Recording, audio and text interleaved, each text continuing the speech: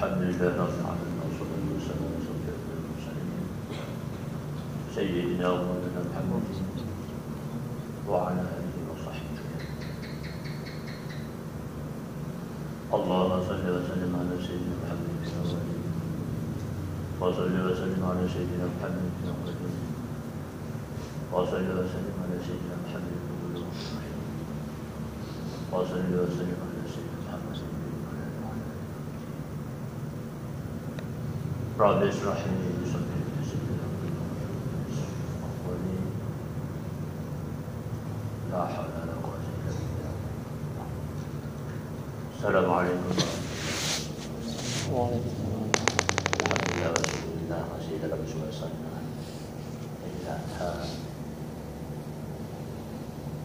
masih dalam suasana korban, masih dalam suasana takbir yang senantiasa memuji kepada Allah Subhanahu wa Ta'ala. Aku ni mak kerja kepada ni apa hilang kena orang. Jadi pada sampai orang yang tadi itu bahawa di masjid itu ada.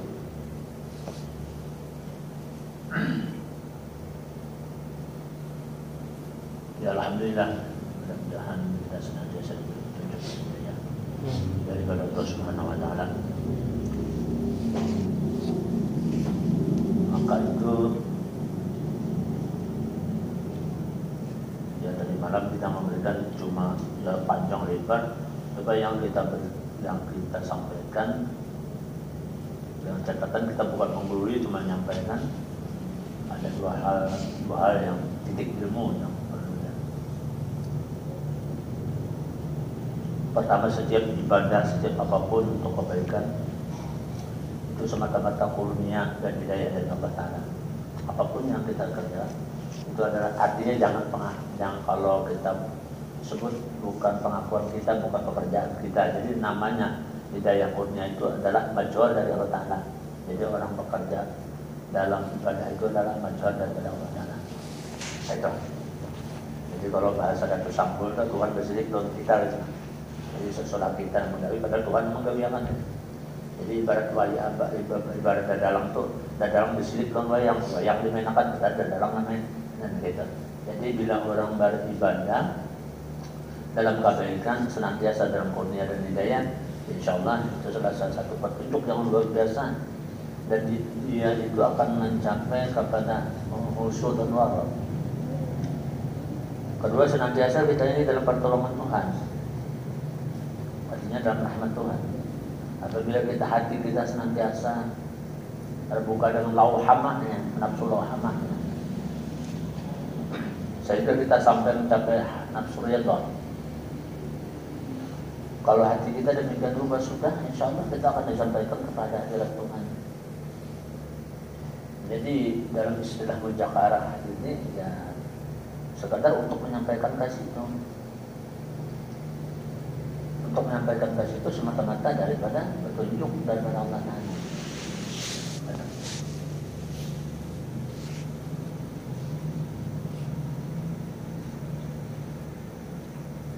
Itu sebabnya menurut orang sufi, utamanya aulia Allah daripada Syekh Abu Talib Al-Maliki,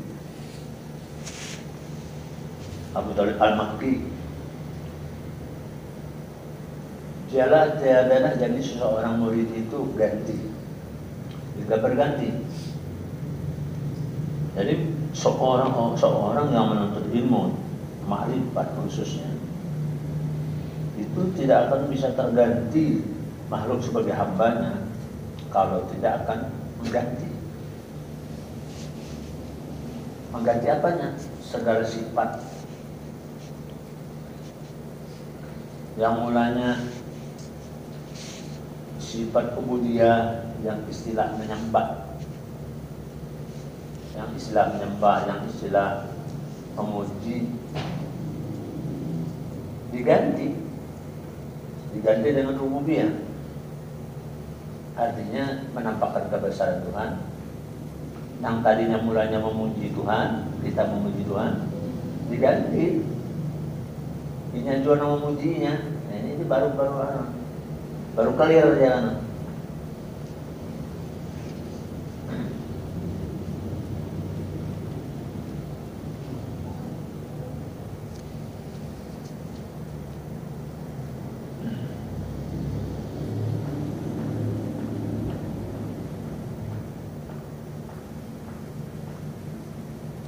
Dan akan segala perangai yang biasanya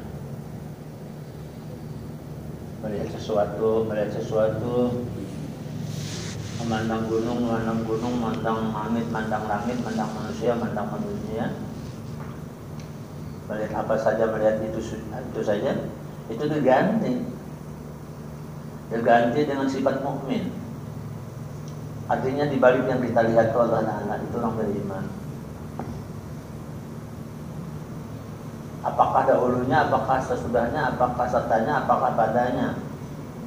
Jadi melihat sesuatu yang biasanya kita melihat danau, misalnya melihat gunung, melihat langit. Yang biasanya sifat kita hanya melihat langit untuk mencapai kehadiran Tuhan itu diganti. Melihat langit terlihat Allah, melihat danau terlihat Allah. Sebelumnya, sesudahnya, sertanya atau padanya silakan, tidak ada masalah. Yang penting ada Allahnya. Insya Allah kita akan dipelajari oleh awliya Allah dengan cara-cara isyarat. Makanya kemarin itu aku sampai jaga ibadah anu tuh, ya kayak apa kita hati kita setelah diberi petunjuk.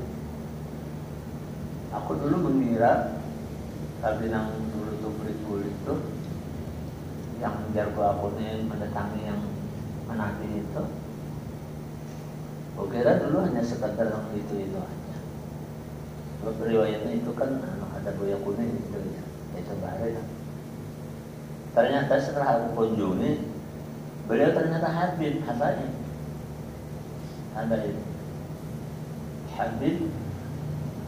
Hashim Al-Aqab dan Habib Muhammad Al-Aqab dan Habib Ahmad Al-Aqab dan Habib Abdurrahman Al-Aqab. Jadi tebing dulu, kemudian lepas tebing sehingga banyak jalan sungai. Jadi dibikin kubahnya di atas. Di sini nih Bano, tidak ada apa-apa. Cuma alhamdulillah beliau ada. Bahagia sekali. Amun di atasnya itu ya cuma atap sama meja. Di bawahnya ini kan Bano. Jadi luar biasa. Pantas menemui kita untuk rupanya segera dilihat dengan nyata. Kemudian di wadah Syekh Markusin Al-Abanjari itu dulu aku lawan orang-orang kalau di Sungai Anda itu langsung mobil. Tapi kalau di namanya di Terpunter itu kalau toh datang. Itu orang rumbi, semua rumbi itu karena beliau kan. Nah, itu namanya julukan dukung mono. Subhanallah. Nah, kemudian kalau kita pernah ziarah kepada Abah Haji Ahmad Wali yang di Temakuan, itu kelilir masjid seberang sana, bukan di situ. Dulu itu padang lapang. Ini kan model kayak Rumbia tapi di daerah kuburan Ustaz. Ternyata sudah berkubah karena Habib yang mengubah. Jadi alhamdulillah sudah lunas, cuma meninggalkan amanah. Sesungguhnya orang-orang demikian memang ditawari surga pun karena orang-orang seperti ini. Ya sempat memberi syarat dalam kita ya. Beliau mengatakan di antara kami kan menyatakan antara tiga nama kami yang menyampaikan kepada kita berikan syarat Seandainya kata beliau, Tuhan menawari surga, kalau bisa lo bisanya tolak aja. Kalau Tuhan bertanya lagi, ini surga, sudah memberikan surga, apalagi? Jawab aja, hanya engkau yang bukan dari itu. Jadi sangat luas aneh kalau kita ambil kesimpulan di sini. Hanya orang-orang yang ikhlas, orang yang yakin, hanya orang-orang yang beriman hakikilah yang menolak surga. Semuanya orang sholat, orang puasa, orang apa aja, orang bahagia, orang kepingin surga. Wahai Allah sama sekali yang kepingin. Beliau berikan isyarat, sampaikan kata beliau kepada majelis, seandainya Tuhan menawari surga, jangan mau. Kalau bisa, kalau memaksa juga. Seandainya Tuhan bertanya lagi, anak apa bang? Anak lombian aja. Oke, itu aja. Insya Allah ilmu darah datangnya ada beliau. Paham itu nanti puas lagi. Itu sebab kita mengusulkan bagaimana syarat-syarat yang terdahulu dari sesi yang terdahulu untuk kita ibaratkan itu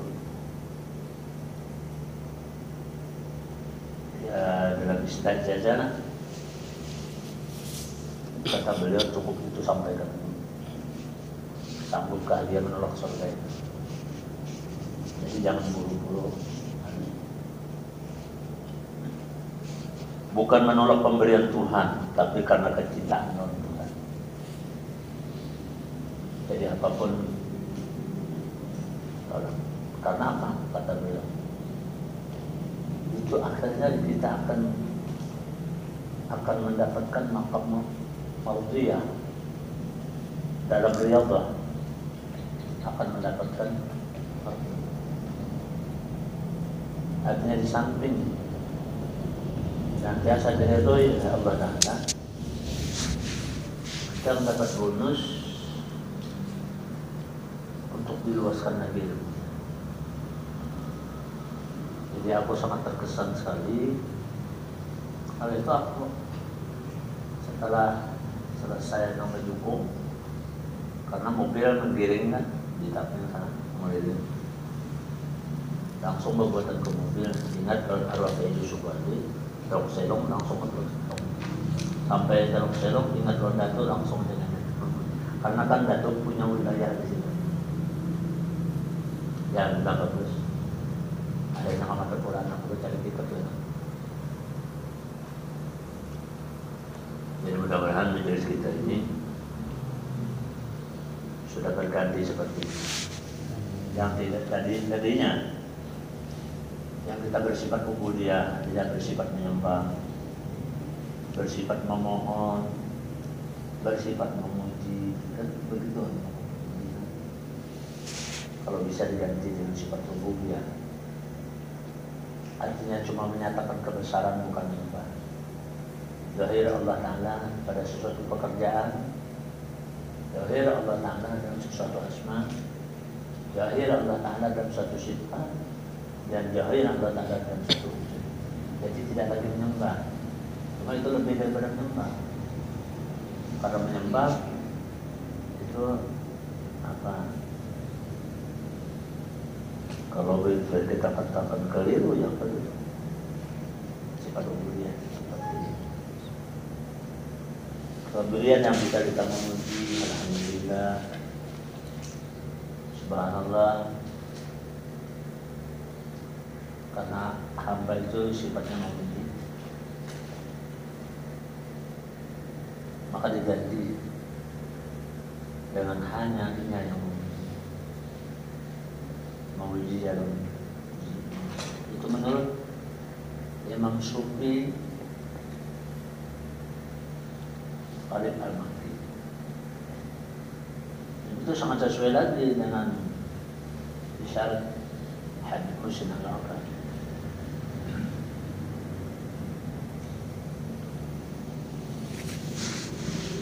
Kemudian yang biasanya manusia itu berperangai menolak, berperangai gelisah, berperangai ragu-ragu, berperangai bahkan waham,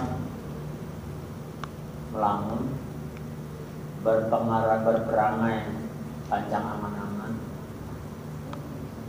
yang seolah-olah mirip dengan hukum dunia, maka ujar sedih ganti dengan qanaah.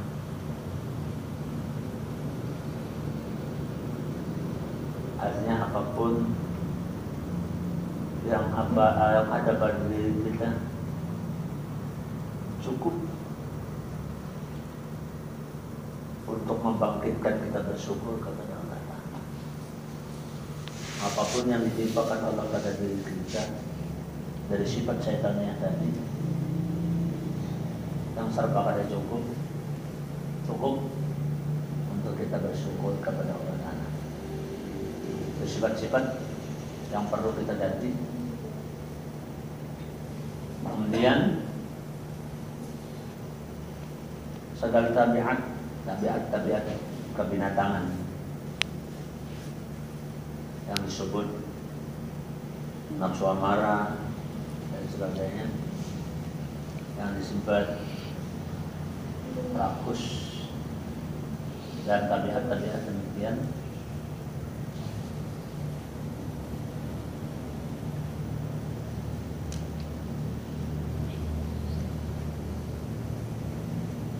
itu diganti dengan sifat rohaniah. Rohaniah itu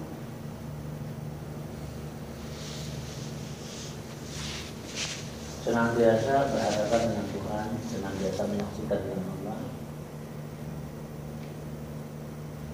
sehingga sifat-sifat yang tabiat di dalam bahasanya itu kebinatangan. Artinya tuh kalau kita simpelkan, sifat kebinatangan itu nafsu ada, akal kada ada. Akal kada. Orang kada berakal itu dibari emas, dibari apa aja pada pernah terima kasih karena tidak ada akalnya. Diganti dengan sifat rohaniah, artinya mengerti kepada orang yang mengasihi, mengerti kepada orang yang memelihara, mengerti kepada apa yang diciptakan atau dijadikannya pada diri kita. Kalau orang mengerti tentang diciptakannya diri kita, tentu dia senantiasa berhadapan dengan Allah, rohaniah, dia senantiasa bersyahada, dia senantiasa menyaksikan kepada Allah. Jadi hilang sifat binatangnya, tabiat.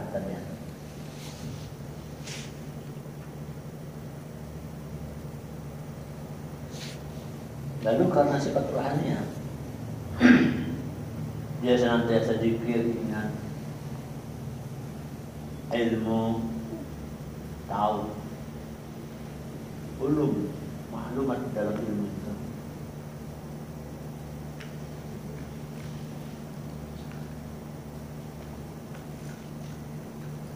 Dan kepadanya itu jadi yang ganti yang itu kalau kita mau menghampirkan diri kepada Allah Subhanahu wa Ta'ala. Pertama tadi apa?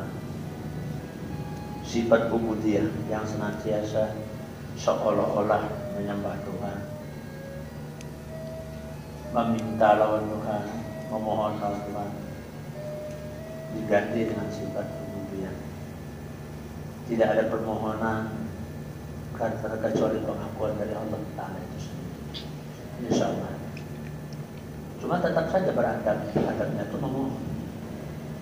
Tapi etikatnya bukan memohon lagi. Percaya Allah Maha Tahu. dan lain sebagainya sampai kepada tabiat binatang tadi diganti dengan tabiat rohaniah yang senantiasa mengingat kepada Allah Ta'ala, maklum dalam hal kehidupan dengan Allah Ta'ala. InsyaAllah itu kita sudah menjadi hampir.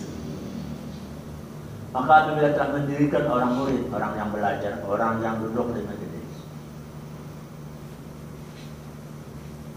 pada yang demikian itu maka hendaklah ia dengan sifat yang teruji dan diperolehnya dengan dia hampir kepada Tuhannya dan akhirlah pada ketika itu atasnya sesuatu sifat yang hamidah daripada tawadu dan khusyuk bagi Allah Ta'ala,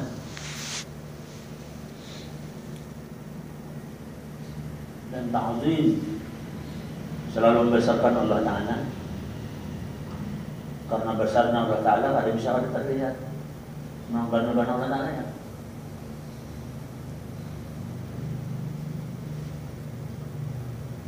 Supaya kita melihat Allah Ta'ala, maka segala amalnya, perintahnya dan hafaznya yang kita hafal, tulisan bacaan dan segala hudnya, batas-batas itu dan hebatnya sesuatu kegiatan.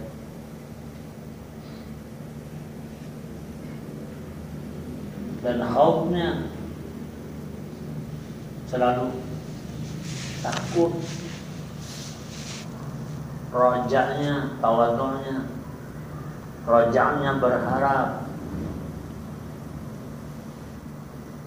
Dengan sifat tadi apa? Berharap tadi. Yang ubudiyah tadi diganti dengan rububiyah sudah. Rojaknya ini bukan rojak dalam ubudiyah, apalagi raja dalam makhluk. Sekali lagi aku ulangi, karena kita sekali kita baca bahasanya belum terjemahkan arti raja itu berharap ya. Kalau arti khauf itu takut dengan bukan seksa daripada Allah Ta'ala, bukan takut jiwa raga kita sampai tersentuh dengan Allah Ta'ala. Itu takutnya, bukan takut dengan seksanya, bukan takut dengan nerakanya, tapi takut dalam perjumpaannya, takut dalam arti kalau kita jumpa. Maka itu di sini dilatih melihat sesuatu itu harus melihat Allah,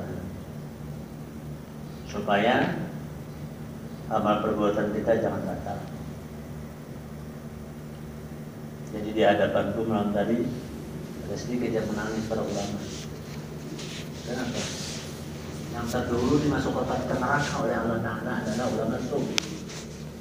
Ulama pandai berbicara, pandai menghafal kitab, pandai hukum, pandai apa, tapi tidak mengerti tentang dunia Tuhannya. Rasulullah mengatakan itu lebih dulu masuk neraka daripada yang menyembah berhala. Nauzubillah. Buka sendiri hadisnya jauh. Kalau kita menyembah Allah Ta'ala menjadi kita cocokkan dengan la haula wala quwwata illa billah.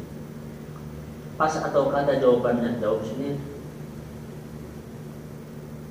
Kalau kita menyembah Allah Ta'ala dalam hati kita dengan Allah beda. Kita dan Allah kita dijadikan oleh Allah, bukan kejahilannya. Perlu dipertanyakan bagaimana Al-Quran mengatakan Allah lebih dekat daripada orang lain. Apa itu dijadikan?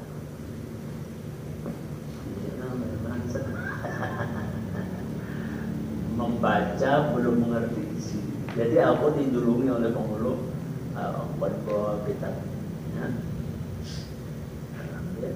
Karena itu bukan bahasa baris yang membaca sampai Allah memilih hambanya yang dikehendakinya kan itu aja. Dua baris aku kan baca lagi multi mana. Kalau kayak kesimpulan dalam menakib polis zaman itu adalah bagaimana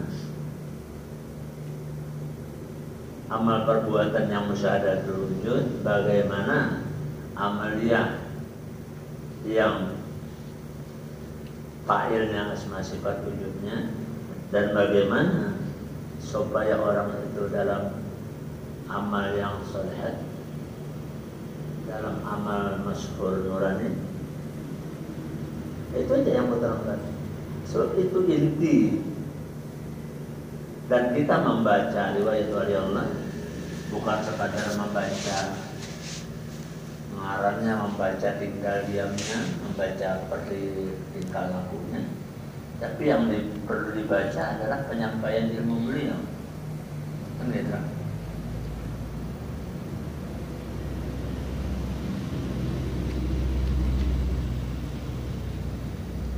Cuma jago, jangan takut. Para ulama, para orang pintar, sama aja kita.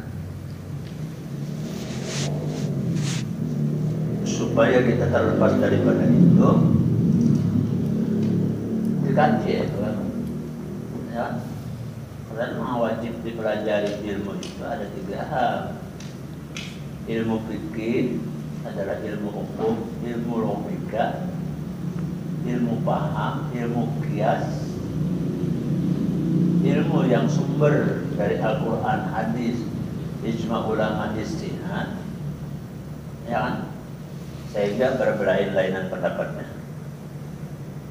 Tauhid itu mulai melangkah dalam ketunggalan Tuhan, tapi belum membawa sedikit pun kepada hambanya. Belum ada. Dia saja pelajaran di tauhid itu. Kita mempelajari. Makanya jadi yang nomor 1 di dunia ini manusianya adalah orang pintar tapi masih mau mengaji, mau musyawarah. Nah, nomor 2-nya bungol pada ilmu tapi mau mengaji, mau musyawarah. Kadang-kadang pintar pada nomor 1 tadi karena ini kaji terus. Jadi jangan dilihat orang itu wah, dulu ini si anu orang ngaji terus, sedangkan yang sudah ini kadang ngaji lagi. Nah kayak ibarat berjalan, memang ini jauh sudah berjalan tapi ampir, ada ini gambar saja berjalan tapi bertarusnya limpat, nah ada ampir ini kan. Sampai ke akhir hayat dia terus saja limpat. Jadi jangan dikira karena dia murid dari SD, pintar gurunya, belum tentu.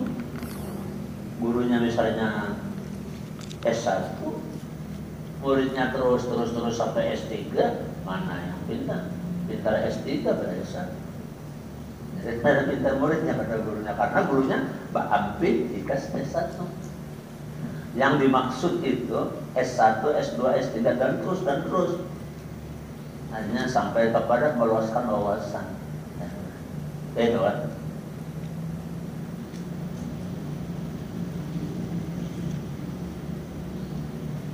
Kebanyakannya guru nang ampih itu merasa cukup ilmunya. Nah, kalau sudah merasa cukup ilmunya, ini bertentangan enggak dengan hadis?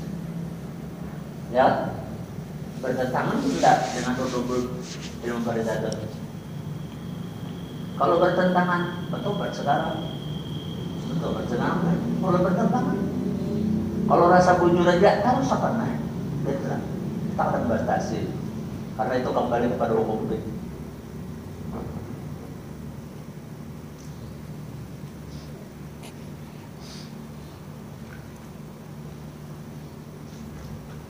Jadi sampai terjadi Allah Subhanahu wa taala senantiasa ikhlas di dalam ubudiyahnya tadi karena sudah pergantian, dan ridho pada qadanya karena sudah ngertinya, dan melihat anugerahnya semata-mata supaya jangan tertegah karunia Allah kepada diri kita. Kalau kita mau di situ aja melatih diri dahulu, insya Allah sedikit demi sedikit terasa betul pengakuan itu bukan kita. pasti akan terasa. Nang kata terasa hidayah dan kurnia Tuhan pada diri kita ini musim-musiman. Kalau musim-musiman itu bisa kada terasa. Tapi kalau orang terus seperti itu, apapun bentuknya yang ada pada diri kita, insya Allah terasa betul dalam pengakuan ini.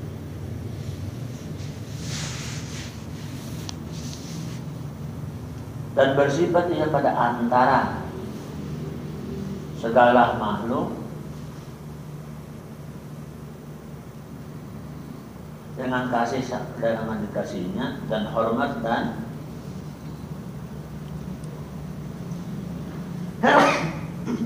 selalu murah dan malu dan nasihat dan selamat dan syukur dalam dirinya, hingga lain daripada demikian itu daripada segala peramai yang baik beroleh bahagia dengan dia. Artinya kalau sudah demikian, insya Allah hati itu kan ragu-ragu lagi, dan itu sudah jauh daripada takabur, sum'ah, wujud dan riya, sudah jauh sekali. Walaupun yang tasbihkan bahaya pasal kata itu salah kan? Karena itu dalam perlakuan Allah. Bersembunyi beribadah tapi merasa dirinya, itu namanya takabur.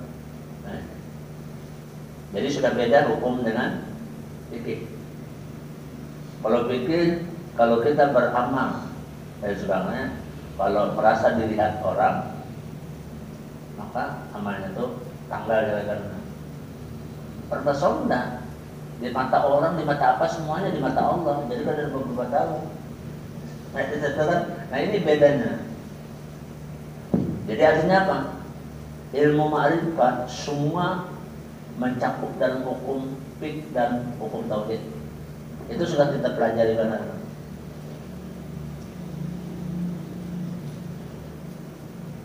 Bukan berarti lebih baik ma'rifat ketimbang fiqh, enggak, sama saja.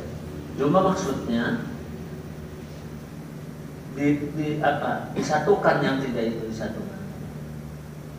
Ibarat kitab yang diturunkan Allah kepada para nabi-nabi, itu kesimpulannya dalam Al-Quran. Jadi bukan salah Taurat dan Injil itu, bukan. Cuma seperti Injil itu kan kada utuh lagi. Kenapa kada utuh? Tuhan kada menjamin. Kalau Al-Quran kan Tuhan yang menjamin. Karena semua permasalahan dari Sok Ibrahim dan sebagainya itu semua dikumpul di dalam Al-Quran, dan dengan terkumpulnya semua yang diperintahkan oleh Allah kepada para nabinya, disitulah terpeliharanya. Yang lain-lain itu biar hilang, ada apa? Aku yang menurunkan Al-Quran kata Allah, dan aku juga yang memeliharanya, kan itu kan. Jadi bagaimanapun orang hendak hancur Al-Quran tidak bisa, karena Allah sudah memelihara. Sama dengan ma'rifat, semua hukum-hukum itu terpelihara dalam ilmu tasawuf, dalam ilmu ma'rifat. Jadi bagaimanapun hancurnya hukum fikih, pahamnya hukum fikih, dia tetap pahamnya kepada Allah Ta'ala, kan kayak tetap. Nah,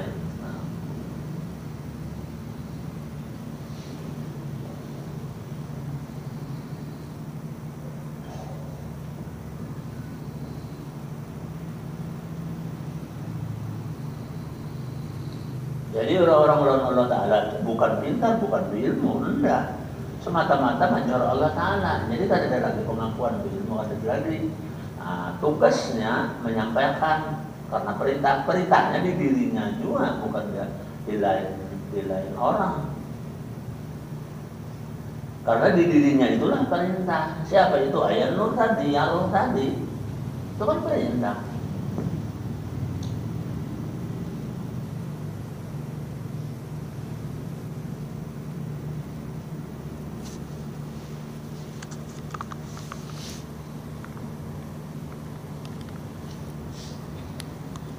Bersifat segala makhluk dengan kasih sayangnya, hormat dan sebagainya, murah, malu, bernasihat, selamat, betulnya dan sebagainya, daripada segala perkara yang baik-baik yang beroleh bahagia dengannya.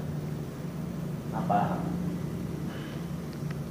hasilnya itu bahwasanya telah Disyaratkan segala orang yang ahli sufi itu dengan meninggalkan daripada segala sifat yang mazmumah dan mengalir daripada segala sifat yang mahmudah. Jadi semuanya bukan berarti perubahan total, enggak.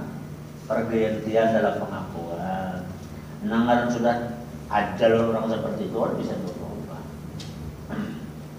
Cuma pergantiannya, dahulu kita sekarang maka itu serah terima.